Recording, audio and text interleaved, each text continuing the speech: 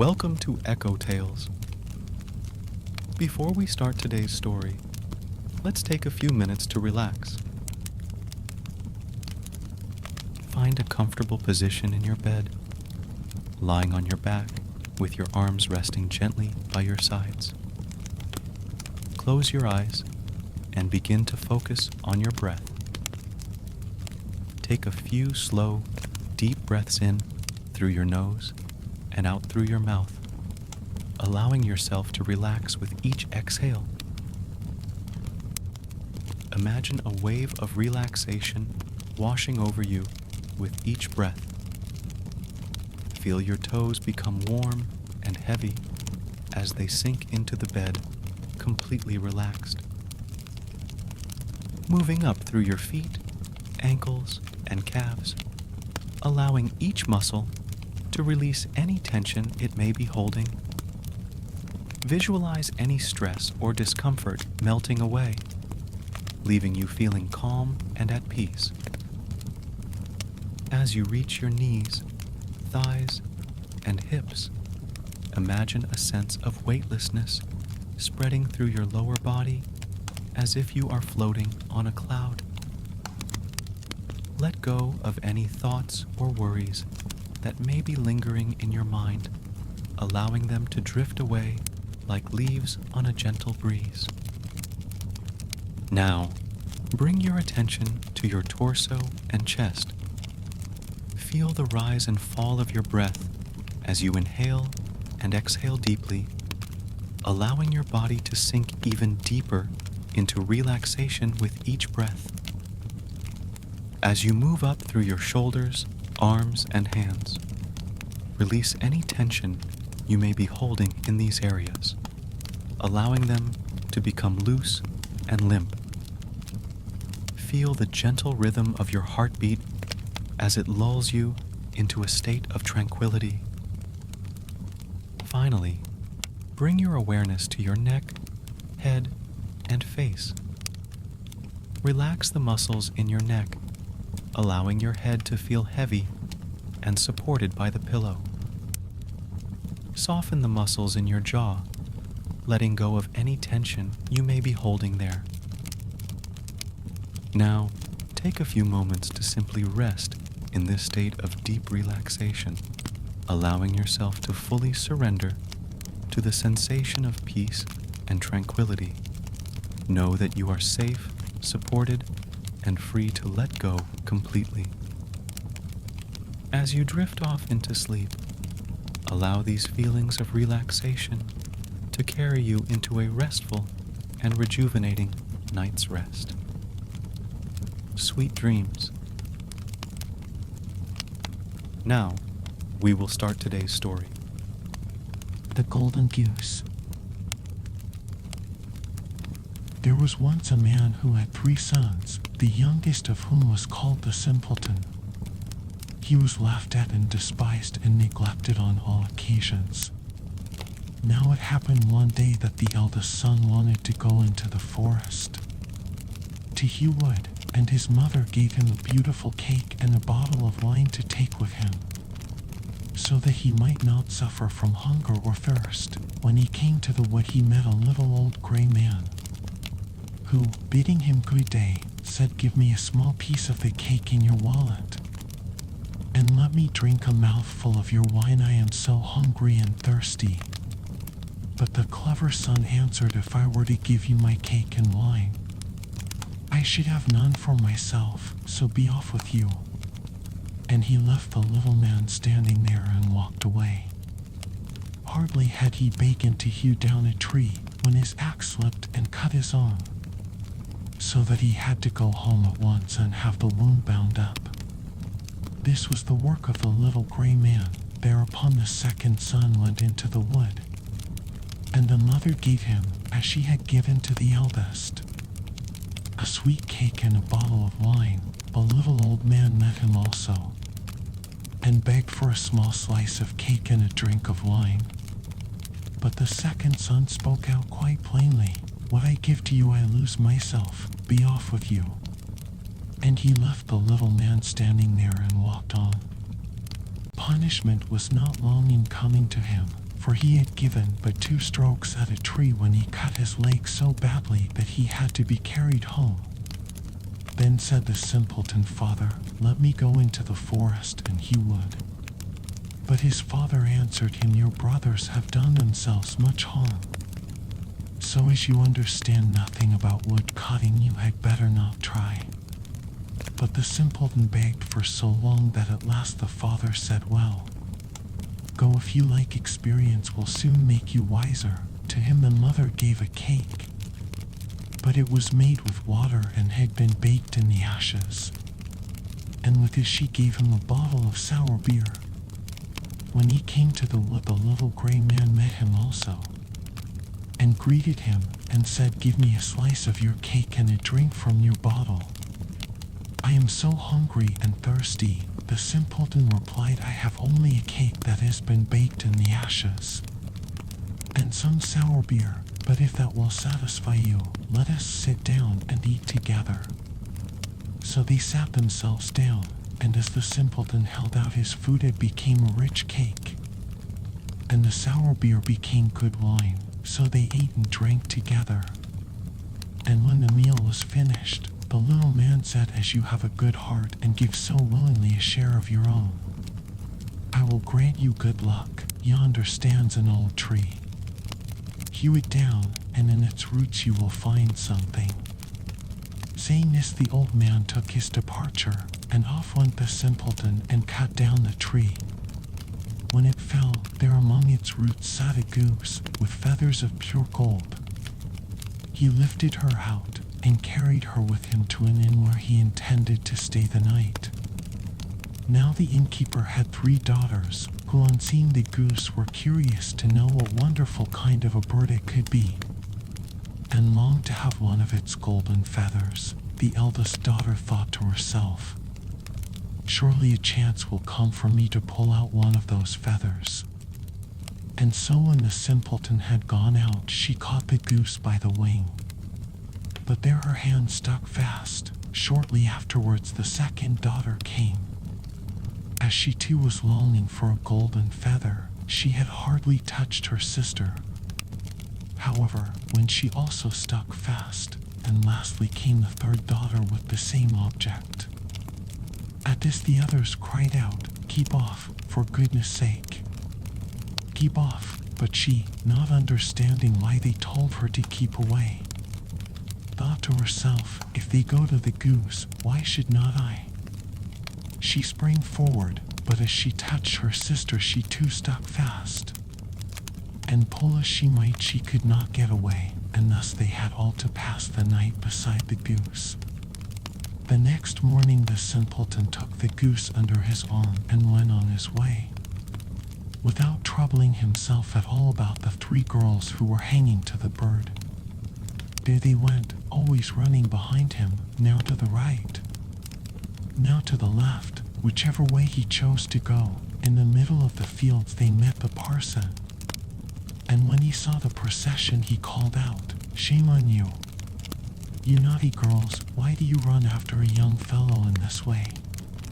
Come, leave go." With this he caught the youngest by the hand, and tried to pull her back, but when he touched her he found he could not get away, and he too must needs run behind. Then the sexton came along, and saw the parson following on the heels of the 3 girls. This so astonished him that he called out, "Hi, Sir Parson, whither away so fast? Do you forget that today we have a christening?" And ran after him and caught him by the coat, but he too remained sticking fast. As the 5 now ran on, one behind the other, 2 laborers who were returning from the field with their tools came along. The parson called out to them and begged that they would set him and the sexton free. No sooner had they touched the sexton than they too had to hang on, and now there were 7 running after the simpleton and the goose. In this way they came to a city where a king reigned who had an only daughter, who was so serious that no one could make her laugh. Therefore he had announced that whoever should make her laugh should have her for his wife. When the simpleton heard this, he went with his goose and his train before the princess. And when she saw the 7 people all running behind each other, she began to laugh, and she laughed and laughed till it seemed as though she could never stop. Thereupon the simpleton demanded her for his wife, but the king was not pleased at the thought of such a son-in-law, and he made all kinds of objections. He told the simpleton that he must first bring him a man who could drink off a whole ellerful of wine. At once the simpleton thought of the little gray man, who would be sure to help him. So off he went into the wood, and in the place where he had cut down the tree he saw a man sitting who looked most miserable. The simpleton asked him what was the cause of his trouble. "I have such a thirst," the man answered, "and I cannot quench it. I cannot bear cold water. I have indeed emptied a cask of wine. But what is a drop like that to a thirsty man?" "In that case I can help you," said the simpleton. "Just come with me and you shall be satisfied." He led him to the king's cellar, and the man at once sat down in front of the great cask, and drank till before a day was over he had drunk the whole ellerful of wine. Then the simpleton demanded his bride again, but the king was angry that a mean fellow everyone called a simpleton should win his daughter. And he made new conditions. Before giving him his daughter to wife, he said that the simpleton must find a man who would eat a whole mountain of bread. The simpleton did not stop long to consider, but went off straight to the wood. There in the same place as before sat a man who was buckling a strap tightly around him, and looking very depressed. He said, "I have eaten a whole covenful of loaves. But what help is that when a man is as hungry as I am? I feel quite empty, and I must strap myself together if I am not to die of hunger." The simpleton was delighted on hearing this, and said, "Get up at once and come with me. I will give you enough to eat to satisfy your hunger." He led him to the king, who meanwhile had ordered all the meal in the kingdom to be brought together, and an immense mountain of bread baked from it. The man from the wood set to work on it, and in one day the whole mountain had disappeared. For the 3rd time the simpleton demanded his bride, but yet again the king tried to put him off, and said that he must bring him a ship that would go both on land and water. "If you are really able to sail such a ship," said he, "you shall at once have my daughter for your wife." The simpleton went into the wood, and there sat the little old gray man to whom he had given his cake. "I have drunk for you, and I have eaten for you," said the little man, "and I will also give you the ship. All this I do for you because you were kind to me." Then he gave the simpleton a ship that went both on land and water. And when the king saw it, he knew he could no longer keep back his daughter. The wedding was celebrated, and after the king's death, the simpleton inherited the kingdom and lived very happily ever after with his wife. The story of 3 bears. Once upon a time there were 3 bears who lived together in a house of their own in a wood. One of them was a little, small, wee bear, and one was a middle-sized bear, and the other was a great, huge bear. They had each a pot for their porridge. A little pot for the little, small, wee bear, and a middle-sized pot for the middle bear, and a great pot for the great, huge bear, and they had each a chair to sit in. A little chair for the little, small, wee bear, and a middle-sized chair for the middle bear, and a great chair for the great, huge bear, and they had each a bed to sleep in. A little bed for the little, small, wee bear, and a middle-sized bed for the middle bear, and a great bed for the great, huge bear. One day, after they had made the porridge for their breakfast and poured it into their porridge pots, they walked out into the wood while the porridge was cooling, that they might not burn their mouths by beginning too soon to eat it. And while they were walking, a little girl called Golden came to the house. First she looked in at the window, and then she peeped in at the keyhole. And seeing nobody in the house, she turned the handle of the door. The door was not fastened, because the bears were good bears, who did nobody any harm and never suspected that anybody would harm them. So Goldenlocks opened the door and went in, and well pleased she was when she saw the porridge on the table. If she had been a thoughtful little girl, she would have waited till the bears came home, and then, perhaps, they would have asked her to breakfast, for they were good bears, a little rough or so, as the manner of bears is, but for all that very good-natured and hospitable. But the porridge looked tempting, and she set about helping herself. So first she tasted the porridge of the great, huge bear, and that was too hot for her. And then she tasted the porridge of the middle bear, and that was too cold for her. And then she went to the porridge of the little, small, wee bear, and tasted that, and that was neither too hot nor too cold, but just right, and she liked it so well that she ate it all up.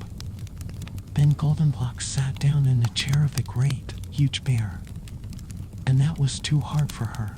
And then she sat down in the chair of the middle bear, and that was too soft for her. And then she sat down in the chair of the little, small, wee bear, and that was neither too hard nor too soft, but just right. So she seated herself in it, and there she sat till the bottom of the chair came out, and down she came plump upon the ground. Then Goldenlocks went upstairs into the bedchamber in which the three bears slept, and first she lay down upon the bed of the great, huge bear, but that was too high at the head for her. And next she lay down upon the bed of the middle bear, and that was too high at the foot for her. And then she lay down upon the bed of the little, small, wee bear, and that was neither too high at the head nor at the foot, but just right. So she covered herself up comfortably and lay there till she fell fast asleep. By this time the three bears thought their porridge would be cool enough, so they came home to breakfast. Now Goldenlocks had left the spoon of the great, huge bear standing in his porridge. "Somebody has been at my porridge," said the great, huge bear in his great, rough, gruff voice. And when the middle bear looked at hers, she saw that the spoon was standing in it too. "Somebody has been at my porridge," said the middle bear in her middle voice. Then the little, small, wee bear looked at his, and there was the spoon in the porridge pot, but the porridge was all gone. "Somebody has been at my porridge, and has eaten it all up," said the little, small, wee bear in his little, small, wee voice. Upon this the three bears, seeing that someone had entered their house and eaten up the little, small, wee bear's breakfast, began to look about them. Now Goldenlocks had not put the hard cushion straight when she rose from the chair of the great, huge bear. "Somebody has been sitting in my chair," said the great, huge bear in his great, rough, gruff voice, and Goldenlocks had squatted down the soft cushion of the middle bear. "Somebody has been sitting in my chair," said the middle bear in her middle voice, and you know what Goldenlocks had done to the third chair.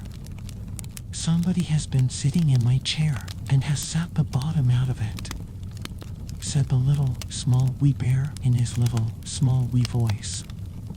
Then the three bears thought it necessary that they should make farther search, so they went upstairs into their bedchamber. Now Goldenlocks had pulled the pillow of the great, huge bear out of its place. "Somebody has been lying in my bed," said the great, huge bear in his great, rough, gruff voice.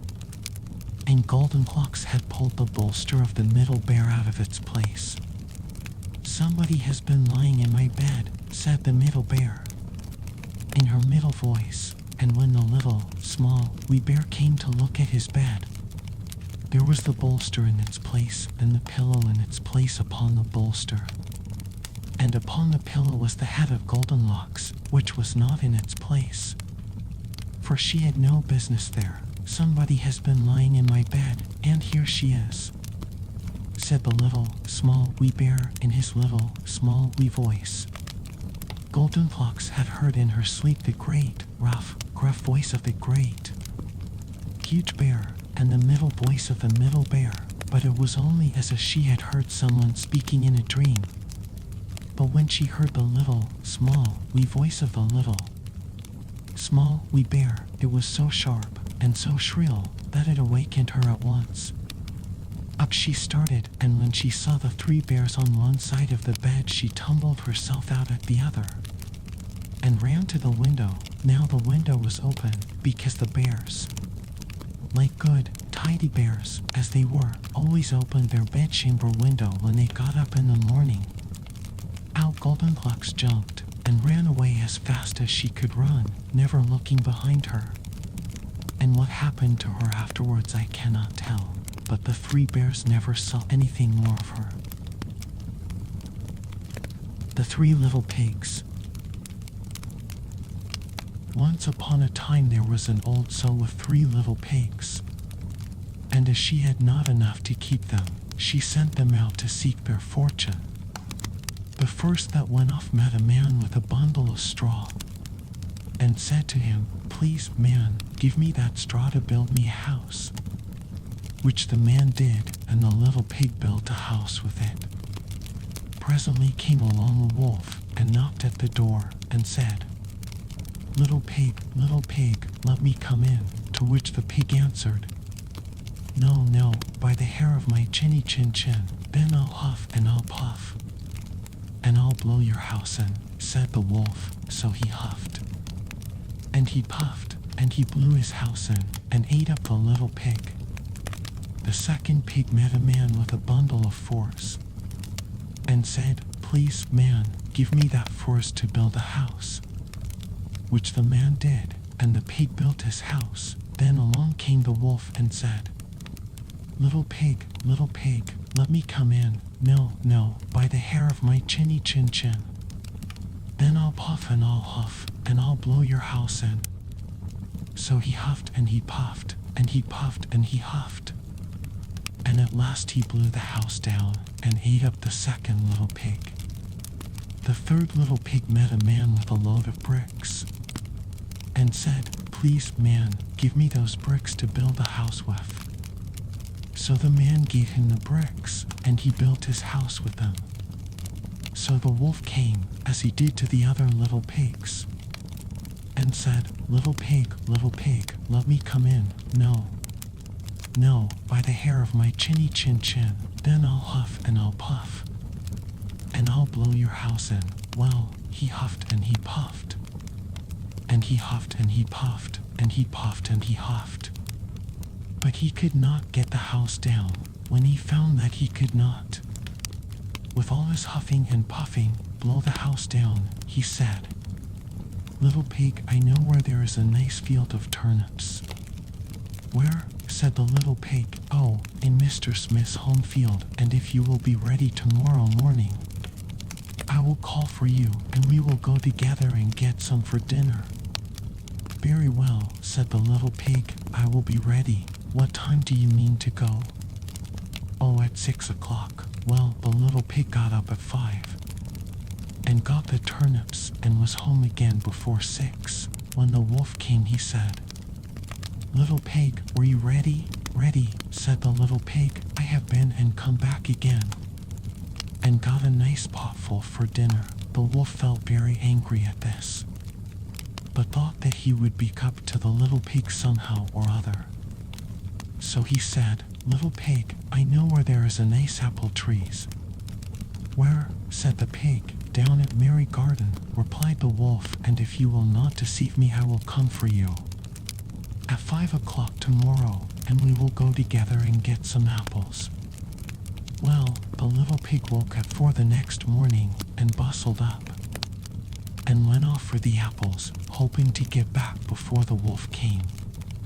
But he had farther to go, and had to climb the tree, so that just as he was coming down from it, he saw the wolf coming, which, as you may suppose, frightened him very much. When the wolf came up, he said, "Little pig, what? Are you here before me? Are they nice apples?" "Yes, Berry," said the little pig, "I will throw you down one." And he threw it so far that, while the wolf was gone to pick it up, the little pig jumped down and ran home. The next day the wolf came again and said to the little pig, "Little pig, there is a fair in the town this afternoon. Will you go?" "Oh yes," said the pig, "I will go. What time shall you be ready?" "At 3," said the wolf. So the little pig went off before the time, as usual, and got to the fair and bought a butter churn, and was on his way home with it when he saw the wolf coming. Then he could not tell what to do, so he got into the churn to hide, and in doing so turned it round, and it began to roll, and rolled down the hill with the pig inside it, which frightened the wolf so much that he ran home without going to the fair.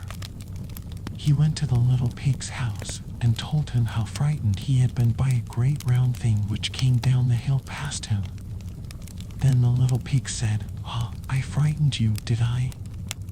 I had been to the fair and bought a butter churn, and when I saw you I got into it and rolled down the hill." Then the wolf was very angry indeed, and declared he would eat up the little pig, and that he would get down the chimney after him. When the little pig saw what he was about, he hung on the pot full of water and made up a blazing fire, and, just as the wolf was coming down, took off the cover of the pot, and in fell the wolf, and the little pig put on the cover again in an instant, boiled him up and ate him for supper, and lived happy ever after. Tom Thumb. Long ago, in the merry days of good King Arthur, there lived a plowman and his wife. They were very poor, but would have been contented and happy if only they could have had a little child.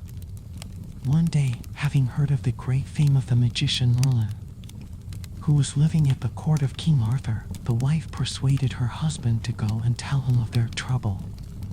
Having arrived at the court, the man besought Merlin with tears in his eyes to give them a child, saying that they would be quite content even though it should be no bigger than his thumb. Merlin determined to grant the request, and what was the countryman's astonishment to find when he reached home that his wife had a son, who, wonderful to relate, was no bigger than his father's thumb. The parents were now very happy, and the christening of the little fellow took place with great ceremony.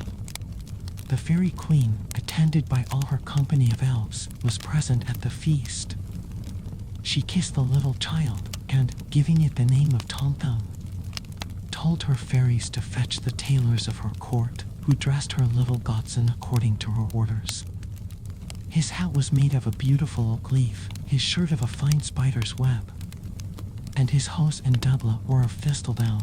His stockings were made with the rind of a delicate green apple, and the garters were two of the finest little hairs imaginable, plucked from his mother's eyebrows, while his shoes were made of the skin of a little mouse. When he was thus dressed, the fairy queen kissed him once more, and wishing him all good luck, flew off with the fairies to her court. As Tom grew older, he became very amusing and full of tricks, so that his mother was afraid to let him out of her sight. One day, while she was making a batter pudding, Tom stood on the edge of the bowl, with a lighted candle in his hand, so that she might see that the pudding was made properly. Unfortunately, however, when her back was turned, Tom fell into the bowl, and his mother, not missing him, stirred him up in the pudding, tied it in a cloth, and put it into the pot. The batter filled Tom's mouth and prevented him from calling out. But he had no sooner felt the hot water than he kicked and struggled so much that the pudding jumped about in the pot. And his mother, thinking the pudding was bewitched, was nearly frightened out of her wits. Pulling it out of the pot, she ran with it to her door and gave it to a tinker who was passing. He was very thankful for it, and looked forward to having a better dinner than he had enjoyed for many a long day. But his pleasure did not last long, for, as he was getting over a stile, he happened to sneeze very hard, and Tom, who had been quite quiet inside the pudding for some time, called out at the top of his little voice, "Hello, Pickens." This so terrified the tinker that he flung away the pudding and ran off as fast as he could. The pudding was all broken to pieces by the fall, and Tom crept out, covered with batter, and ran home to his mother, who had been looking everywhere for him and was delighted to see him again. She gave him a bath in a cup, which soon washed off all the pudding, and he was none the worse for his adventure. A few days after this, Tom accompanied his mother when she went into the fields to milk the cows, and, fearing he might be blown away by the wind, she tied him to a sow thistle with a little piece of thread. While she was milking, a cow came by, bit off the thistle, and swallowed up Tom. Poor Tom did not like her big teeth, and called out loudly, "Mother, mother, but where are you, Tommy?" "My dear Tommy," cried out his mother, wringing her hands, "here." "Mother," he shouted, inside the red cow's mouth, and, saying that, he began to kick and scratch till the poor cow was nearly mad, and at length tumbled him out of her mouth. On seeing this, his mother rushed to him, caught him in her arms, and carried him safely home. Some days after this, his father took him to the fields a-ploughing, and gave him a whip made of a barley straw with which to drive the oxen. But little Tom was soon lost in a furrow. An eagle, seeing him, picked him up and flew with him to the top of a hill where stood a giant's castle. The giant put him at once into his mouth, intending to swallow him up. But Tom made such a great disturbance when he got inside that the monster was soon glad to get rid of him, and threw him far away into the sea. But he was not drowned, for he had scarcely touched the water before he was swallowed by a large fish, which was shortly afterwards captured and brought to King Arthur as a present by the fisherman. When the fish was opened, everyone was astonished at finding Tom inside. He was at once carried to the king, who made him his court dwarf. Long time he lived in jollity, beloved of the court, and none like Tom was so esteemed amongst the better sort.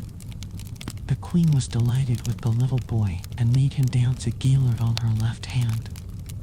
He danced so well that King Arthur gave him a ring, which he wore round his waist like a girdle. Tom soon began to long to see his parents again, and begged the king to allow him to go home for a short time. This was readily permitted, and the king told him he might take with him as much money as he could carry. And so away goes lusty Tom, with 3 pence at his back, a heavy burthen which did make his very bones to crack. He had to rest more than 100 times by the way. But, after 2 days and 2 nights, he reached his father's house in safety. His mother saw him coming, and ran out to meet him, and there was great rejoicing at his arrival. He spent 3 happy days at home, and then set out for the court once more. Shortly after his return, he one day displeased the king, so, fearing the royal anger, he crept into an empty flower pot, where he lay for a long time.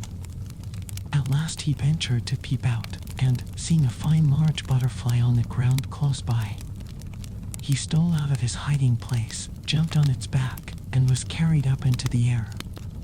The king and nobles all strove to catch him, but at last poor Tom fell from his seat into a watering pot, in which he was almost drowned. Only luckily the gardener's child saw him, and pulled him out. The king was so pleased to have him safe once more that he forgot to scold him, and made much of him instead. Tom afterwards lived many years at court, one of the best beloved of King Arthur's knights. Thus he at tilt and tournament was entertained so, that all the rest of Arthur's knights did him much pleasure show, with good Sir Launcelot de Lake, Sir Tristram, and Sir Guy, yet none compared to brave Tom Thumb in acts of chivalry.